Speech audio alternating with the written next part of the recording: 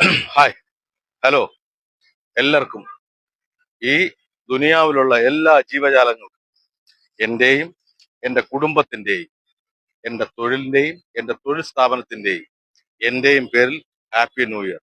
ഞാൻ പിന്നെ ഇന്നലെ രാത്രി പറയണമെന്ന് വിചാരിച്ചതാണ്, പക്ഷെ പറയാനുള്ളൊരു മാനസികാവസ്ഥയിലല്ലായിരുന്നു. കാരണം എൻ്റെ ഒരു ജ്യേഷ്ഠ സഹോദരൻ, ഒരു സുഹൃത്ത് എന്നുള്ള നിലയിൽ എൻ്റെ അയൽക്കാരനായ എൻ്റെ അച്ചായൻ മരണപ്പെട്ടു. നിങ്ങളെല്ലാവരും എൻ്റെ അച്ചായന് സ്വർഗം കിട്ടുവാൻ വേണ്ടി പ്രാർത്ഥിക്കണം. ആരും ഒഴിയരുത്.